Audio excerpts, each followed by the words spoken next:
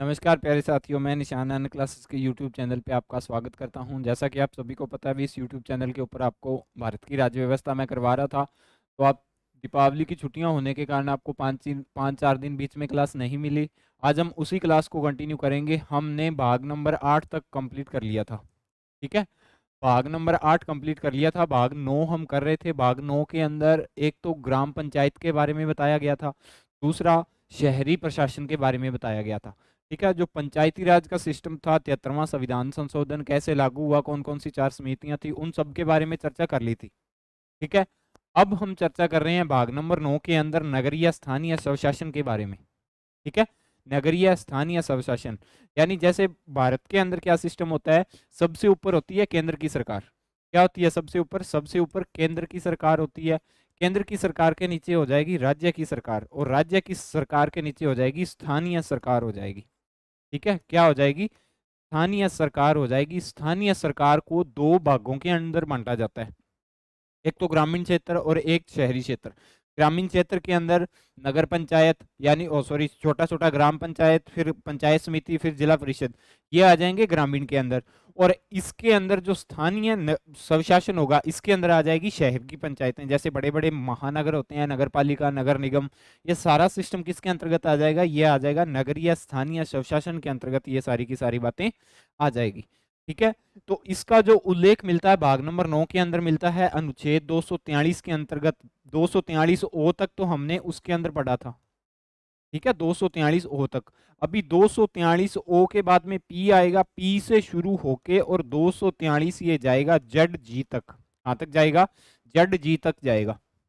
ठीक है, अभी हम बात करते हैं, देख लेना क्या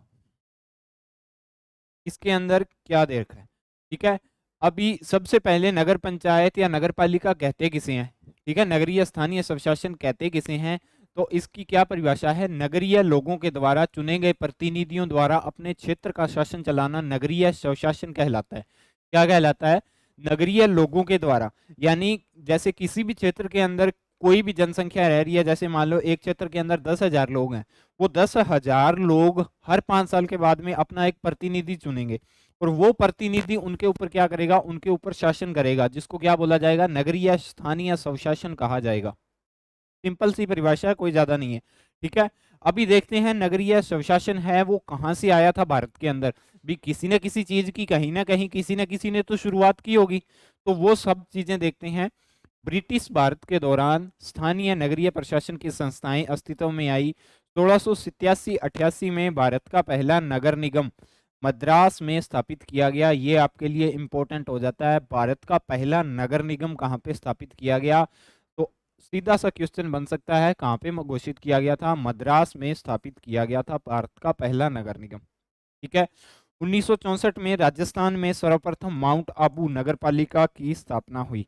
राजस्थान में नगर पालिका की स्थापना कहाँ पे हुई थी? माउंट आबू के अंदर। माउंट आबू को राजस्थान की पहली नगर पालिका बनाया गया था। ठीक है, इन दोनों चीजों को याद रख लेना। ये तो आ जाएगी राजस्थान की और ये आ जाएगी भारत की। ठीक है, इन दोनों के बारे में आपको पता होना चाहिए। सीधा सीधा सा क्वेश्चन पूछ लिया जाता है, अभी भारत के अंदर पहला नगर निगम कहाँ पे बनाया गया था? तो मद्रास को घोषित किया गया था। और सर्वप्रथम राजस्थान में नगर पालिका किसको घोषित किया गया था? तो माउंट आबू को किया गया था। कब किया गया था? 1864 के अंदर किया गया था, और इसको किया गया था 1687-88 के अंतर्गत। ये दोनों चीजें आपको कंठस्थ होनी चाहिए।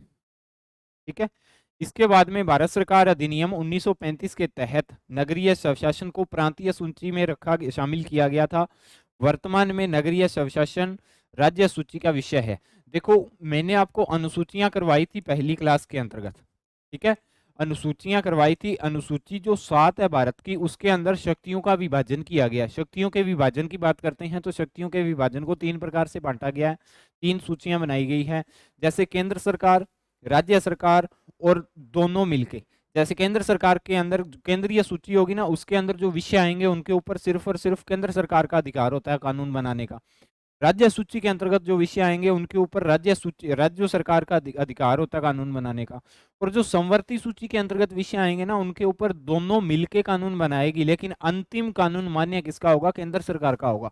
ठीक है, 3 सूचियों का उल्लेख मिलता है। शक्तियों के विभाजन की बात होती है, भी केंद्र सरकार की शक्तियों का दायरा यहाँ तक है, राज्य सरकार की शक्तियां उससे आगे है, फिर जो दोनों के लिए बराबर है उन सब के बारे में चर्चा की गई है। तो कहाँ पे उल्लेख मिलता है? 7वीं अनुसूची में। तो वर्तमान के अंदर राज्य सूची का विषय है स्थानीय स्वशासन, नगरीय स्थानीय स्वशासन। इस चीज के बारे में आपको पता होना चाहिए।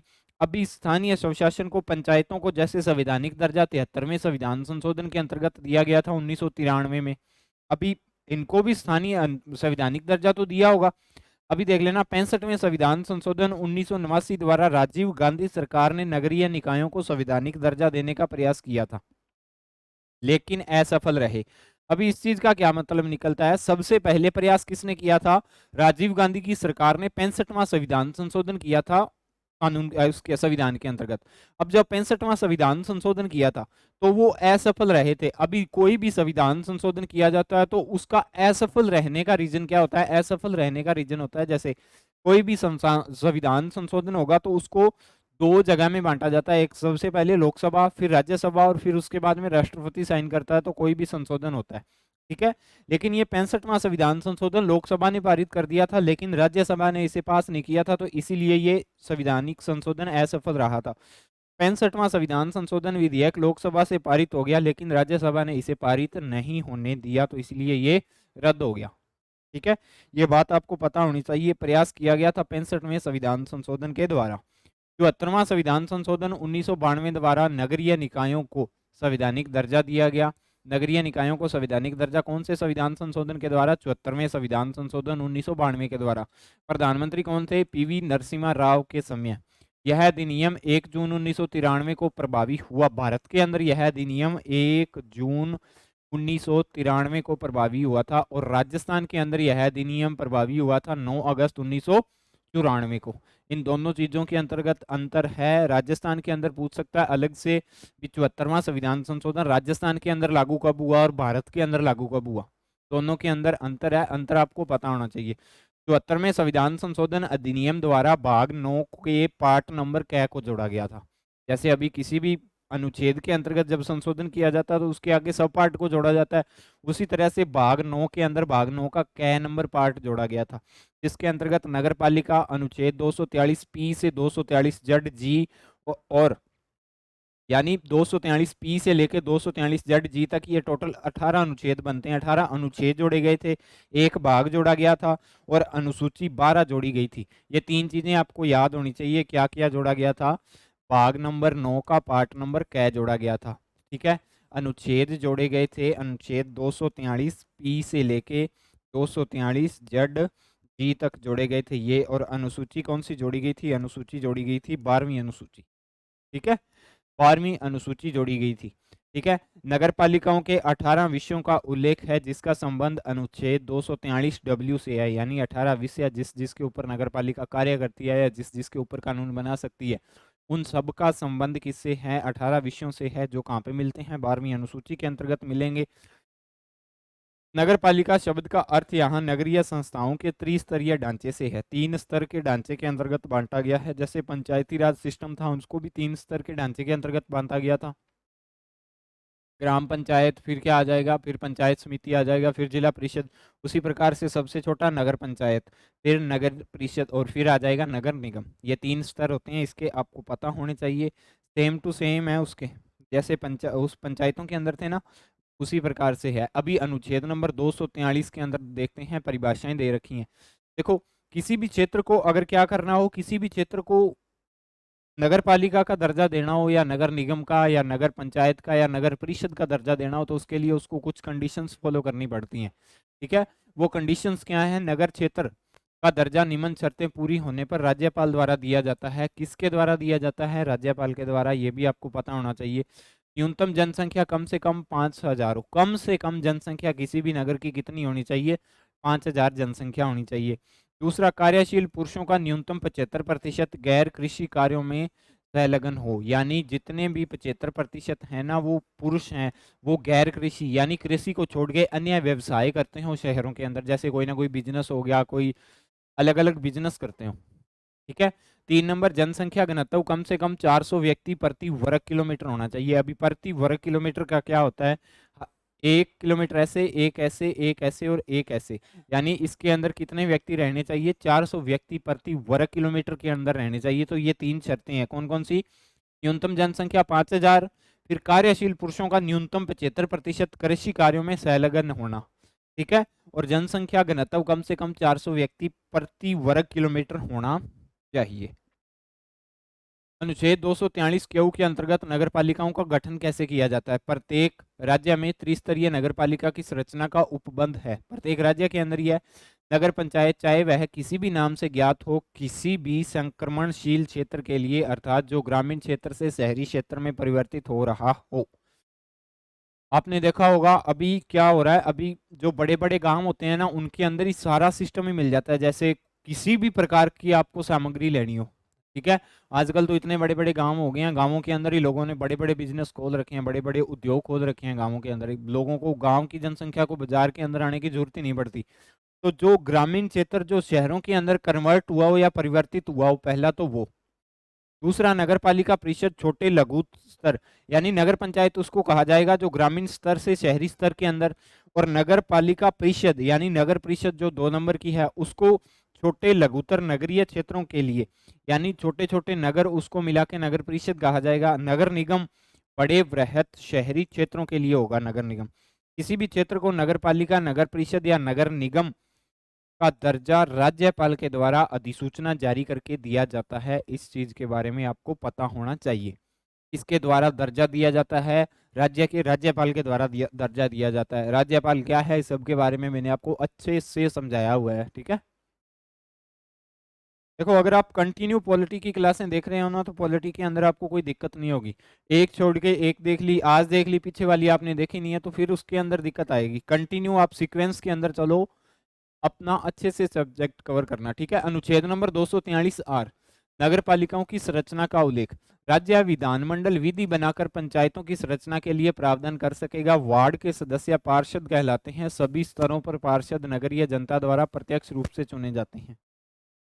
देखो, इस चीज का क्या है, नगर पालिकाओं की संरचना कैसे की जाती है? राज्य का विधानमंडल विधि बनाकर पंचायतों की संरचना के लिए प्रावधान कर सकेगा।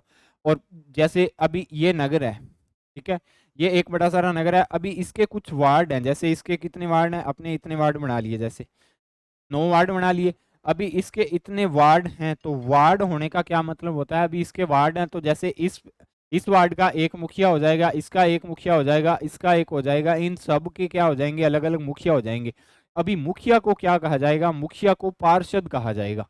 क्या कहा जाएगा? जो इनके मुखिया होंगे उनको क्या कहा जाएगा? उनको पार्षद कहा जाएगा, ठीक है, पार्षद कहलाते हैं। और इसके बाद में सभी स्तरों पर पार्षद नगरीय जनता द्वारा प्रत्यक्ष रूप से चुने जाते हैं। यानी जैसे इस पार्षद का चुनाव करना है, तो इस क्षेत्र के अंदर जितनी भी जनसंख्या रह रही है उनके द्वारा प्रत्यक्ष रूप से, यानी सीधे जनता के द्वारा इसका चुनाव किया जाएगा, ठीक है। किसके द्वारा किया जाएगा? सीधे जनता के द्वारा इसका चुनाव किया जाएगा। यही बात इसके अंदर 243 आर के अंदर आपको बताई गई है। और जनता जब चुनाव करती है तो वो प्रत्यक्ष रूप से चुनाव होता है। 243 एस, वार्ड समितियों का गठन और संरचना। जैसे अभी वार्ड समितियां होगी ना, उनका गठन कैसे किया जाता है? तो 3 लाख या उससे अधिक जनसंख्या वाली नगर पालिकाओं के क्षेत्र के तहत एक या अधिक वार्डों से मिलाकर क्या की जाती है? वार्ड समिति होगी। 3 लाख से जनसंख्या या उससे अधिक जनसंख्या वाली नगर पालिकाओं के क्षेत्र के तहत एक या अधिक वार्डों को मिलाकर वार्ड समिति होगी। राज्य विधानमंडल विधि बनाकर वार्ड समितियों की संरचना, क्षेत्र और वार्ड समितियों के पदों को भरने के संबंध में उपबंध कर सकता है। वार्ड समितियों को घोषित कौन करेगा? राज्य विधानमंडल। उनके अंदर अगर कोई भर्ती किसी भी तरह की होनी चाहिए तो वो कौन करेगा भर्ती? राज्य का विधानमंडल विधि के द्वारा समितियों की संरचना करेगा, समितियों का क्षेत्र घोषित करेगा, भी आपके पास इतना क्षेत्र है, और समितियों के वार्ड घोषित करेगा। और समितियों के अंदर जितने भी पद होंगे, जैसे अध्यक्ष हो गया, उपाध्यक्ष हो गया, समितियों के सदस्य होंगे, इन सब के बारे में कौन बताएगा? इन सब के बारे में राज्य विधानमंडल विधि बनाकर, यानी कानून बनाकर, इन सब के बारे में चर्चा करेगा, ठीक है। इसके बाद में आगे देखते हैं, आगे 243 टी, सीटों का आरक्षण। सीटों का आरक्षण क्या होता है? नगरीय, स्थानीय या नगरीय संस्थाओं में अनुसूचित जाति और अनुसूचित जनजाति को उनकी जनसंख्या के अनुपात में 33% का आरक्षण दिया जाता है। सेम कंडीशन कहाँ पे थी? सेम कंडीशन पंचायती राज सिस्टम के अंदर थी। ठीक है, सीटों का आरक्षण वहां पे भी दिया जाता था और सीटों का आरक्षण यहाँ पे भी दिया जाता है। सभी वर्गों की महिलाओं और नगरीय संस्थाओं के लिए सभी पदों पर 33% आरक्षण का प्रावधान है। नगर पालिकाओं में अध्यक्षों के पद पर अनुसूचित जाति और जनजाति और स्त्रियों के लिए भी आरक्षित होंगे। इन सब के बारे में आपको पता होना चाहिए। 33% का आरक्षण तो है ही है अनुसूचित जाति के लिए, अनुसूचित जनजाति के लिए, और ये सिंपल पदों के लिए नहीं है, ये अध्यक्ष के पदों के लिए भी इनको आरक्षण दिया जाता है। और किन किन को दिया जाता है? स्त्रियां भी इसके अंदर शामिल है। अनुसूचित जाति और जनजाति नहीं है, स्त्रियां भी शामिल है, और सिंपल पदों के लिए नहीं है। बड़े पद जैसे अध्यक्ष हो गया, उपाध्यक्ष हो गया, उन सब पदों के लिए भी इनको क्या दिया जाता है? आरक्षण दिया जाता है। ठीक है, इसके बाद में 243 यू नगर पालिकाओं का कार्यकाल। नगर पालिकाओं का कार्यकाल नगरीय स्थानीय स्वशासन का प्रथम अधिवेशन से 5 वर्ष, लेकिन कार्यकाल पूर्ण होने से पूर्व विघटित किया जा सकता है। कार्यकाल पूछा जाए तो कितना है? 5 वर्ष। कितना है? 5 वर्ष। लेकिन कार्यकाल पूरा होने से पहले भी इनको क्या किया जा सकता है? भंग किया जा सकता है। विघटन के बाद 6 माह के भीतर चुनाव करवाने आवश्यक है। यदि विघटन के 6 माह से कम अवधि शेष है, विघटन के बाद चुनावों में 6 माह से कम अवधि शेष है, तो चुनाव कराने आवश्यक नहीं होते। जैसे अभी इनका कार्यकाल 5 साल का है, तो 4.5 साल के अंदर इसका विघटन हो गया। 4.5 साल इसने काम किया, 4.5 साल के बाद में इसका क्या हो गया? विघटन हो गया। अभी चुनावों के अंदर इनका कार्यकाल खत्म होने में 6 मंथ बचे हैं, और चुनावों के अंदर भी 6 मंथ बचे हैं, क्योंकि हर 5 साल के बाद में चुनाव होते हैं। तो फिर इस कंडीशन के अंदर चुनाव नहीं होंगे। इतनी बात आपको पता होनी चाहिए। और कार्यकाल कब गिना जाएगा? प्रथम अधिवेशन से कार्यकाल गिना जाता है। 243 नगर पालिकाओं की सदस्यों के लिए अयोग्यता। कोई भी व्यक्ति निम्न आधार पर अयोग्य घोषित किया जा सकता है।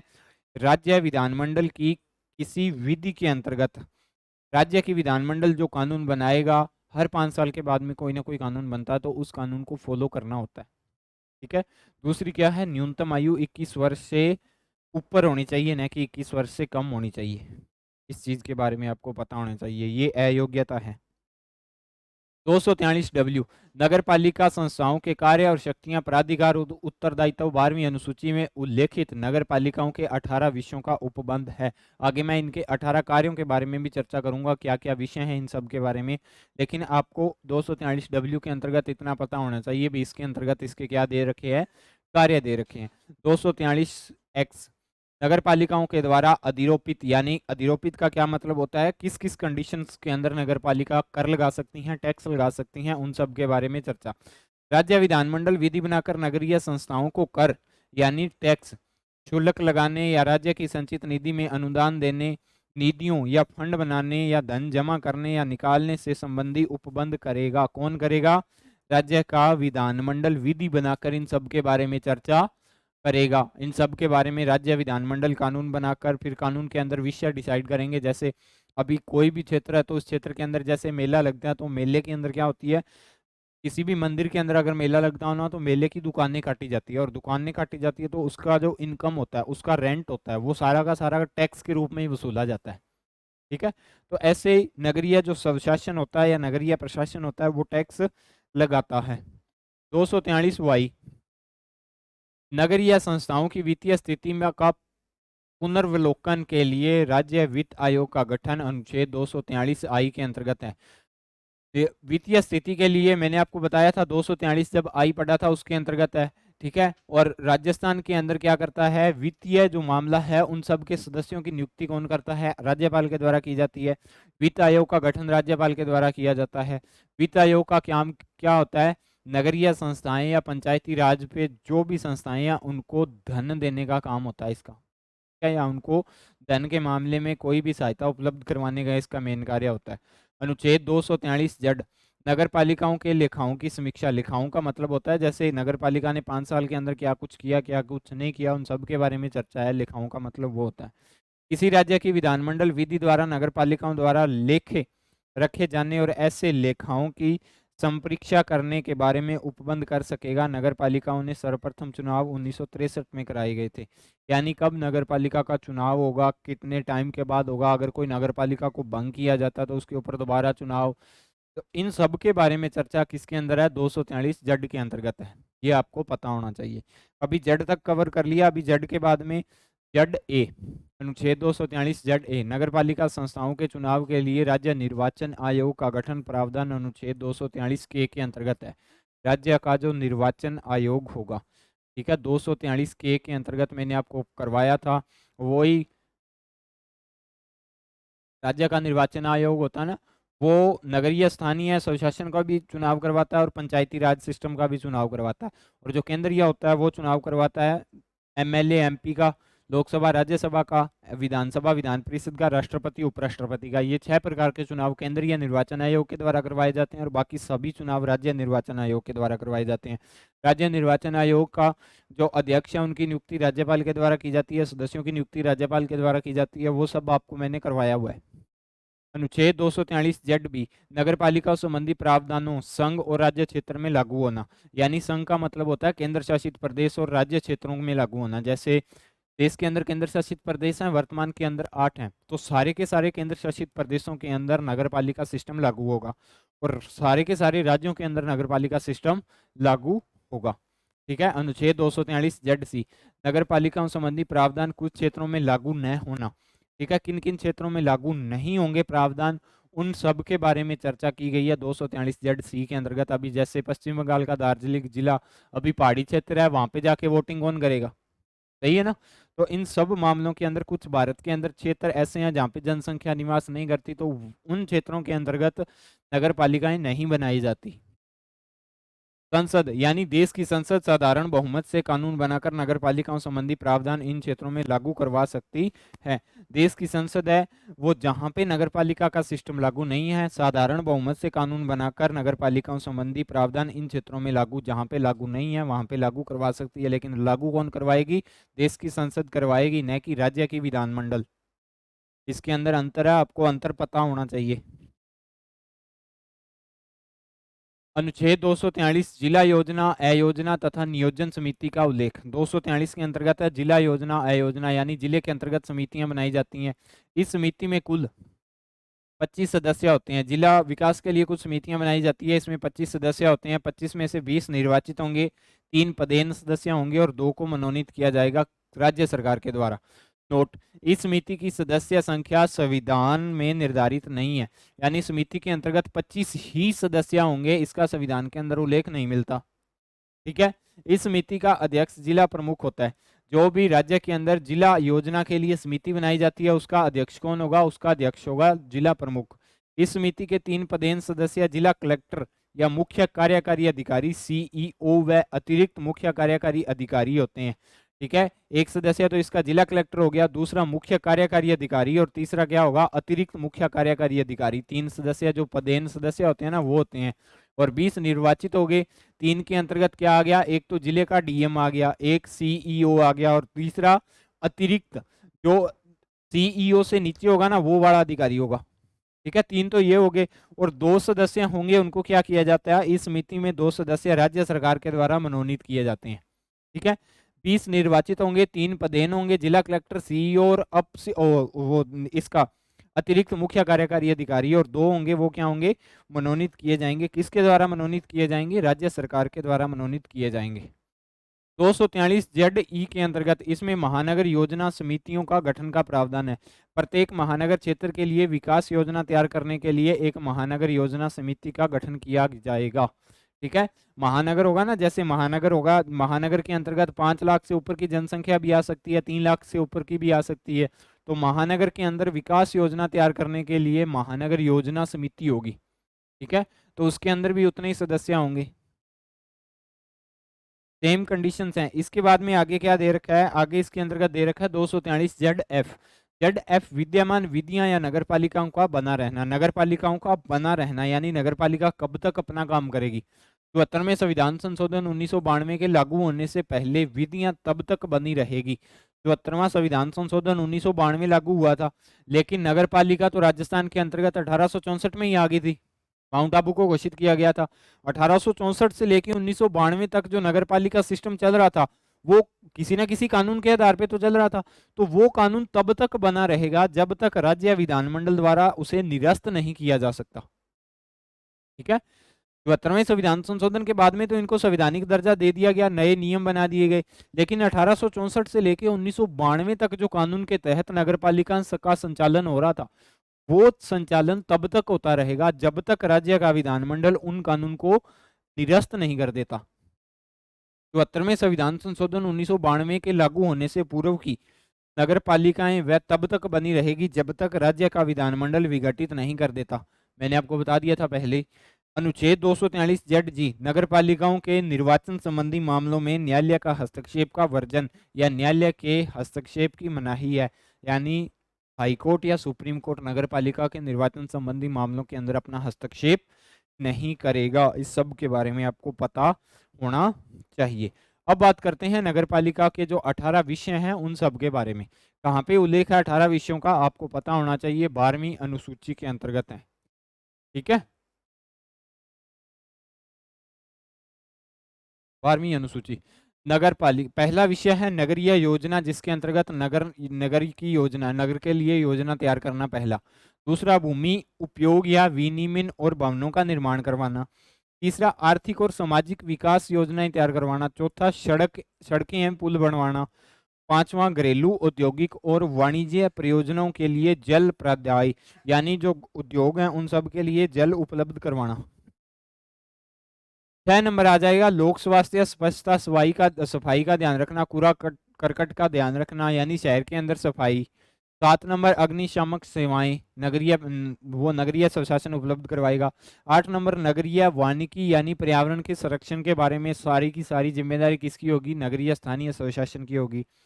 9 नंबर समाज में दुर्लभ वर्गों, जिनके अंतर्गत विकलांग भी आ जाएंगे, मानसिक रूप से प्रताड़ित व्यक्ति, उन सब की रक्षा करना नगरीय स्थानीय स्वशासन का अधिकार है या हक है।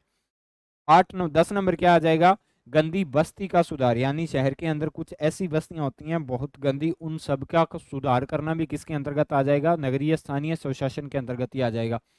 नगरीय निर्धनता उन्मूलन के बारे में, यानी नगर के अंदर निर्धनता उन्मूलन, यानी जितने भी गरीब लोग हैं उन सबको थोड़ा बहुत तो काम देना चाहिए भी, ताकि वो रोजमर्रा का काम। 12 नंबर आ जाएगा नगरीय सुख सुविधाएं और सुविधाएं, जैसे पार्क, उद्यान, खेल और मैदानों की व्यवस्था करना। 13 नंबर सांस्कृतिक, जैसे मेले, शैक्षणिक और सौंदर्य पर्वक आयामों की अभिवृद्धि, यानी सांस्कृतिक मेलों की वृद्धि करना, नगर के अंदर जितने भी युवा हैं उन सबको खेलों के साथ जोड़ना। ठीक है।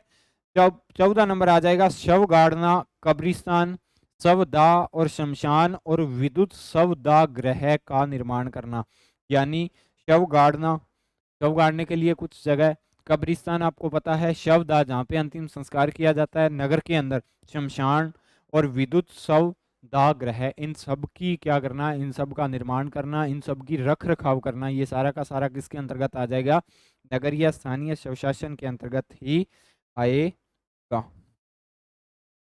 इसके बाद में 15 नंबर का विषय है पशुओं के प्रति क्रूरता का निवारण करना।